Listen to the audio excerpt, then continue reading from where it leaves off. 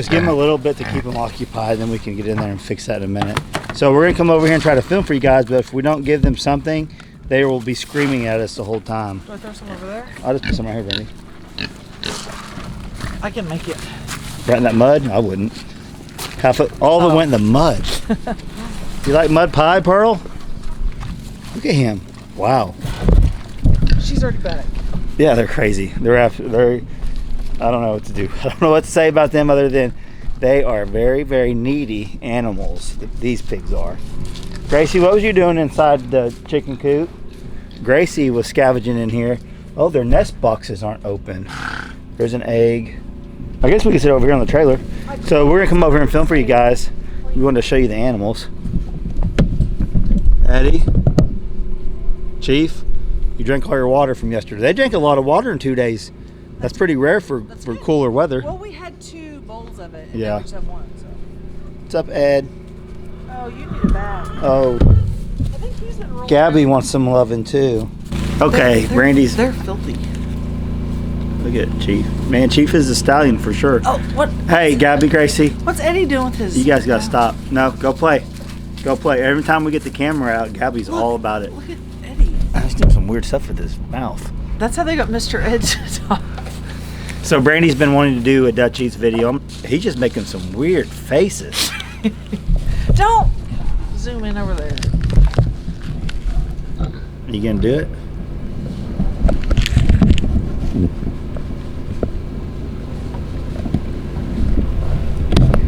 He ain't gonna do it now. Now he's on the ground. So you guys, if you caught our last couple videos on keeping it Dutch, the last two, I don't know when we're gonna post this, but we did the property tour and the shed tour, and we're gonna be doing the camper and the bus soon. So we bought 130 acres of creek property. I call it the abandoned creek property because that's what it is. Been abandoned for 2 years or more, and it just kind of came upon us. We talked about this in the video, kind of just not really fell in our lap, but it was an opportunity. And it's one of them things, if we didn't try to do this, like if we said no, we would probably regret this for like the last 30 years. And someone would have snatched it up in a day, I'm sure. Of like that was my big deal, is I didn't want to have any regrets later on. So it was one of them things, if we could make it work out, then it was by God's grace, it was meant to be. Yeah. And for everything to fall into place for us to actually purchase this, not financial wise, but for the things that fell into place to make this happen, because it was in probate for 2 years. We were in the process of buying a place in Branson. Which if we would have bought it, we then weren't this going would to have get been this. no. Yeah. If we would have already signed all the papers on that. We didn't want to have that much money tied up in 2 different places, if that makes sense. And then also it wasn't really available to the public. She's going to scream at us. I'm going to go feed them real quick because Pearl is going to be a diva the whole time we're talking. So Pearl, the Homestead diva, is what they call her. She gets her way. She's like Crazy. a kid where she's like, if I keep at him, he's going to cave. So then she just keeps crying. Crazy. So anyway, so back to the land. A lot of people, we got, thousands of comments. I think most of them are positive. From what I've seen, it was awesome. Thank you guys so much for the positive feedback. I think everyone was happy for us, and they also saw that it was valuable land, that if they had the opportunity, they would like it, or they... Yeah, there's no one, I don't know anyone that if they can make it happen, they wouldn't type of deal. So that's the situation we were in. And like we talked about in the last video, the tour video, investment, land is like the #1 investment you guys can invest in my personal belief. You know, rentals and stuff like that. Too. You've like it's proven, like land. I'll tell you what, I got an uncle that every time he buys a piece of property for like raw land and land stuff like that, 2, 3, 5, 10 years, he's making money every single time. I don't think he's ever lost money on reselling of land because they're not making any more of it, and the population just keeps going up. So it's a good investment. So if you guys got opportunity to buy any land, even if it's like a 1/4 acre lot in town, and you sit on it for 10 years and resell it, I mean, I personally think it's better than the stock market because it just goes up and down. But we'll see what the future holds for us. So I got some questions, or I got some stuff to talk about on the land somewhere in my pocket I wrote down. Okay, so if you guys missed the last video, we'll talk about what the pros about this property is, as far as the creek that Brandy and myself really love, and the girls and stuff, it already has water on it as far as a well. Like we said before, we don't know how deep it is or how good the water is, and there is an option. You could always get water from the spring itself. That cat better get out of there. I know he just wants his hay. Yep. So there is an option. The first property that we seen, the 20 acres you kind of talked about before. You didn't walk down there with me, or Stephanie didn't either. But I found that box that they get water out the spring. So that's always an option too. The spring water, you can do a ram pump and all that stuff. There's endless possibilities out there, and it has electricity out there. And even not just for us, but if we have animals out there. Yeah. Like obviously water that they would consume, I feel like is different than sometimes what we would consume. Yeah. You know what I mean? As far as. So there's a big trough down there. You've seen a big trough. Down. So I need to go down there and flip it up. There might be water ran down there. I don't know, because he was getting water to that somehow. I don't know if it was out of the creek or if it was from hoses up top. I have no idea. So that's something that we need to go investigate. But that was big to fill up, huge, so it must have came water from somewhere. There could be a spout underneath. I don't know. So we need to walk down there and see. Electricity. It's not going to be an off-grid property. It's going to be, we'll have electricity out there. We need to, once we get it all cleared off. That's one of the first things we want to do is clear it off, right? Get it all cleaned up. Yeah. Get it all cleared up. We need to figure out some sort of bathroom situation out there, because if we're going to spend hours and hours and hours out there working, playing, hunting, whatever, there needs to be a toilet out there. You can do a compost toilet, but I would like to have some sort of working toilet. Well, yeah, because even with we drove from here, it's like 15 minutes away, right? Yeah, it's 15 minutes from here. And as soon as we got there, like 10 minutes into it, Hope's like, I have to go to the bathroom. I'm like, oh my gosh. So overall, the property is going to be more of a recreational at first for us, and we'll see what the future holds other than that. It was something that we felt like it would be the best decision for our family if we make it happen, and we did. So far so good. I've got a couple comments saying, how do you do this during a recession? It's in my opinion, like this, it's a God thing. Like how do you, as far as why would you? No, how can you afford something like this because of recession? Well, it's just with everyone's, we don't have a house payment and different things. There's different, like before he left his job and we moved out here and stuff, we had put things in place where we didn't have, like, we don't have a house payment and things that other people might have that is then. We're fortunate. Yeah. And I mean, yes, everyone's affected by it as far as gas and food and all that, but we have a little more leeway because we don't have as many monthly payments as we used to that we're required. You know what I mean? Like we don't have electric bill out here, a water bill, a mortgage. Yeah, so we have put our family in a situation where we can make this happen during the times that we're in. If that was my excuse every time I went to buy something, and we've never bought anything because it seems like we're always doing something. But like I said, we just maybe have fewer monthly bills at the moment than other people do because of how this transition we made. Yeah, the decisions we made in the past has prepared us for this moment. That's the answer to that.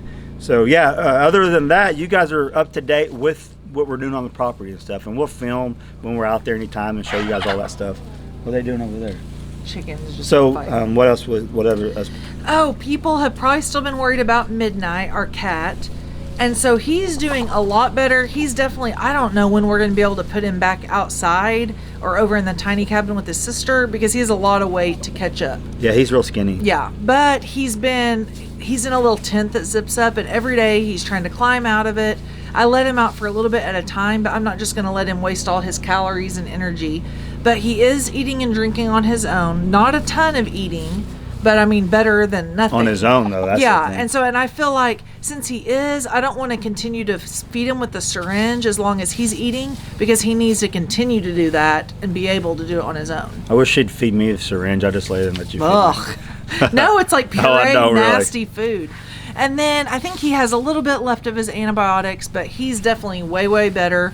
Millie's over here in the horse pen. That's exactly what happened. It is Midnight. because just now Millie was in the horse pen messing with the hay, and Eddie started going towards her like, "Get out of here!" I think Midnight's just jacking with him too. If you watch him, I think she's just playing with him. Yeah, but one stomp, I mean, it could kill him from one stomp. I think that's what happened because just by watching her do it now. Right now, she's looking like she wants to go over there and kind of play. Yep. So it went from like feeding and putting Peter light down his throat pretty much to the very next day, like he had a better turn. Well, yesterday we kind of tested it. We were gone for a little bit longer than we had been, and I was like, I'm just going to leave water in there available. I'm going to leave a can of baby food. It was like chicken baby food, and he's going to figure it out.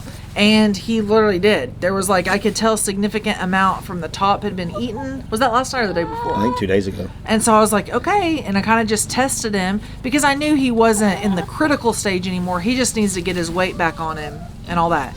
He wants to go outside and he sneaks out anytime, but he's very slow going out. But I'm like, it's too cold. Yeah. He won't be able to maintain his body temperature and all that. So Pearl Diva over there, she'll stop. Eat until I don't know when. When's she gonna be pregnant?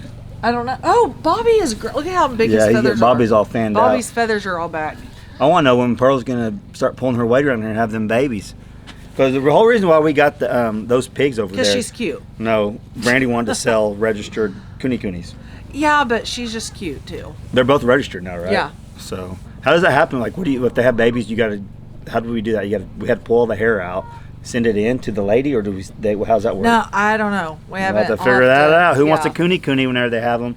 I would say cute. They're both a year old, aren't they? She was born. One of them was born in January, so yeah, and then February or so they're March. about both a year old. They should be having babies. So with all that, that's kind of the update what we got going on. Brandy, you want to talk about the Okie Expo? Yes. So for those of you who I guess we haven't said anything on Keeping It Dutch. No, not yet. It's just on Facebook and Instagram. Us and our friends had announced that we have decided. We knew we probably were going to, but there's just different life things that happen. But we went ahead and decided we are going to have a second annual Okie Homesteading Expo. So that is the main days of the expo are June 2nd and June 3rd, which is a Friday and Saturday. That was the biggest complaint of the whole thing, wasn't it? 2 days. Yeah, a lot. Last year, some of the vendors that came, they came a long way, and so it just makes sense for them to do 2 days. It's more worth their time and people that just and showed all that. up too. Yeah, and the people that come for a long ways, it's like they could go 2 days. Everyone's been super positive about the change because it's like the summertime for kids being out of school and people being able to take a trip. The only thing was in March we had an amazing expo, but the weather here is so unpredictable. Oh, are you talking about why we changed the dates? Yeah, so that's why we changed the dates. That's the only question we've got is like most people are glad we changed them, but if anyone's questioning why we did, it literally was an ice storm the week before. The week before. And then the day before, it was like torrential rains. And then the day after, there was I don't remember what the day after. Day after, there was either snow or ice again. So it was just too risky. I mean, really, any time of year, you never know. But March, like February and March and April are like really risky just because of the rain and the cold. And now, even if it is, I mean, we can't control rain, obviously. So it's more than likely going to be warm, but if it rains, we have a lot of indoor facilities. So we had to weigh the options. And then also we're having Hand Hewn Farm come back to do hog processing, and they're traveling from across the country. So we had to see when they're available, and those dates work the best for them. We'll be making. We have an Okie Homesteading YouTube channel also that we'll start doing updates again on it. And that's what, like Brandy said, it wasn't just our decision. It was a lot of decisions had to come into play for this date. We actually wanted to do in May. Yeah, we tried May really, really hard because, like you said, we wanted the kids to be out of school. Yeah, which that takes it to more the end of May. Yeah, so that's what we were trying to do. The end of May. Yeah, so it was like kids, but some people were like, well, their kids still weren't out of school. Or then it was Memorial Day, Mother's Day. There was like all this, and so we were like, nope, and so that's why we pushed it back. But it's like it's not just our schedule; it's our other co-host Kevin and Rachel from Midnight's Farm. It's their schedule. It's a lot of people that are helping us, like Walker Farm Fams, very closely helping us.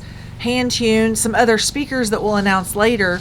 So it's like several people's calendars, and that was the best option that we had. So what was really cool about it, like you can't please everyone. You guys know that. We're always going to make someone upset over something. Changing the dates, we had some people say, "Oh, I wish you would have kept it."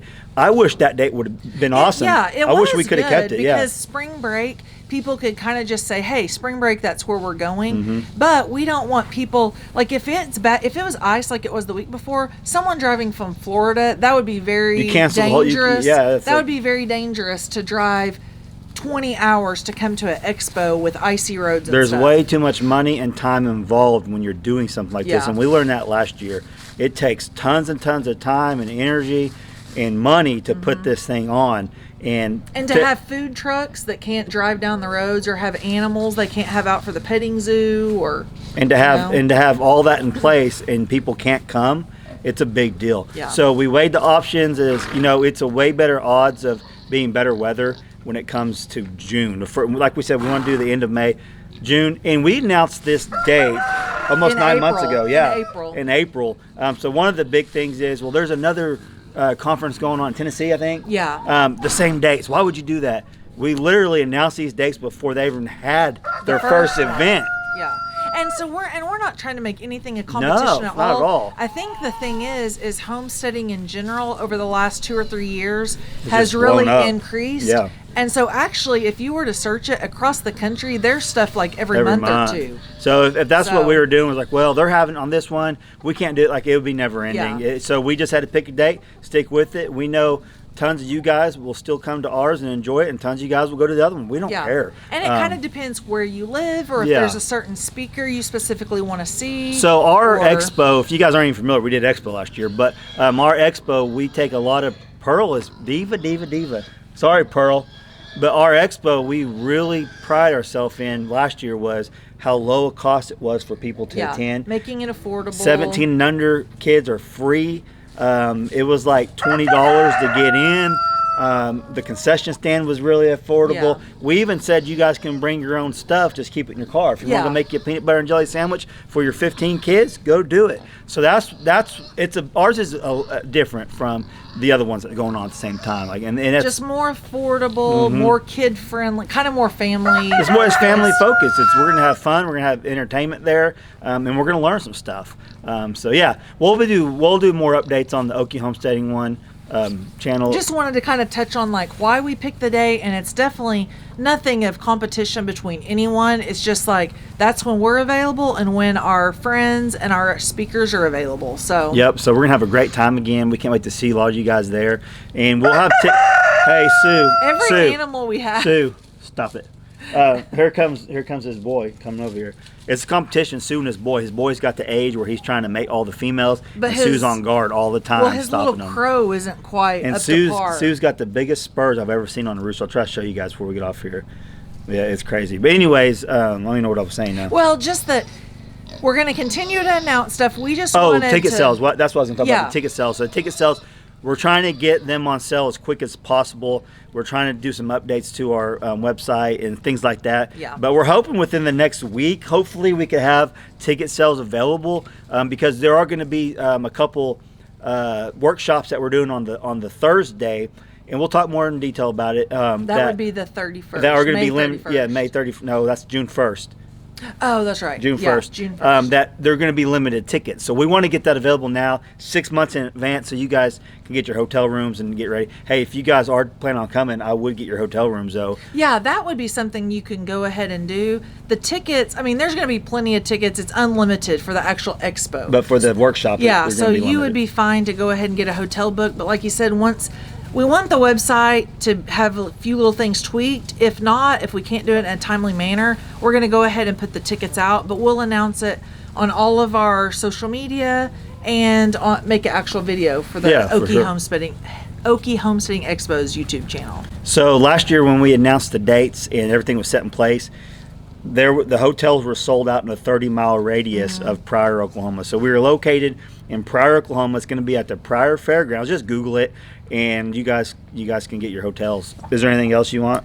I don't think we're just going to... Oh, I guess maybe the house itself, what we're doing. Like what's coming up next. Really, I don't know. We've been working on cabinets and lighting. Oh, that's the dogs. Cabinets and lighting is what we've been working on, so I can get the insulation. Get that cat off me. What the crap, Brandon, I'm telling you. Really, Millie? Why would she jump on my neck? Thankfully she grabbed I thought it was a rooster. I didn't even know she was back there. I'm going to get off here. I'm done filming for today. I've already done another video. That was crazy. All right, let's check out Sue's spurs. Brady, you gotta go to the store, don't you? Yeah, but I That's don't know. nuts. I'm glad she didn't grab your ear. Or your neck. Yeah, she better be glad. All right, just to show you guys, let's see Sue's spurs. He would be a good fighting rooster, I guess. I don't know. I think it's the world record spurs. Hi, Sue. Y'all see him? That's not his foot. That's his spur. Look at that thing. You don't want to mess with them. I'm telling you, they're the biggest I've ever seen.